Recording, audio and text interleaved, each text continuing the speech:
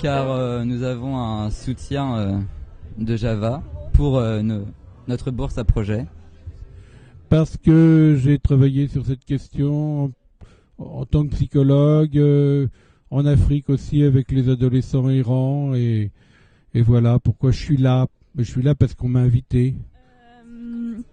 Pour se faire connaître, parce que c'est important aussi. On est plus basé sur la jeunesse et tout, pour pouvoir trouver d'autres junior associations qui pourraient participer à notre spectacle aussi. Enfin, surtout pour échanger et puis pour se faire connaître. Voilà. Je le fais en playback. Hein.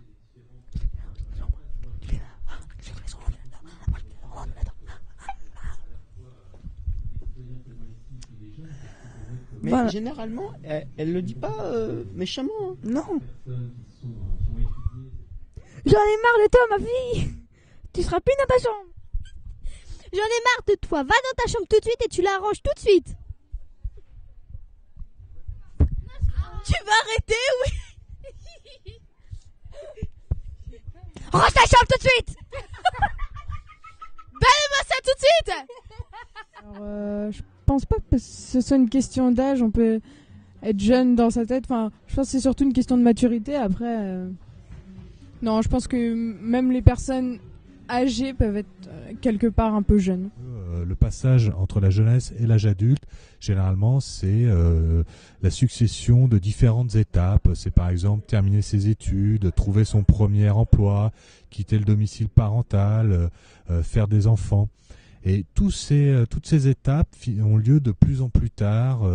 On fait des études de plus en plus longtemps. On galère un peu sur le marché du travail à décrocher son premier boulot. On fait aussi des enfants de plus en plus tard, où on quitte la maison ou l'appartement des parents de plus en plus tard. Donc ce qu'on remarque, c'est que la jeunesse dure de plus en plus longtemps. Bah ouais, parce que les vieux à 60 ans ils sont pas très jeunes. C'est un peu logique. Il y a des vieux, ils sont jeunes. Ouais, moi j'avoue, mon grand-père 60 ans mais 3 ans d'âge mental. Et en fait, la jeunesse, souvent on dit 12-25. On voit les dispositifs qui concernent la jeunesse. Le gros problème, c'est que maintenant on est jeune beaucoup plus longtemps. Parce qu'on reste plus longtemps chez ses parents. Donc c'est marrant, on a 26 ans, mais on a la même problématique qu'un enfant de 16 ans. C'est-à-dire qu'on est encore chez ses parents. Donc pour avoir une sexualité chez papa et maman, c'est pas évident. On est toujours dépendant des parents pour manger, dormir, faire des études.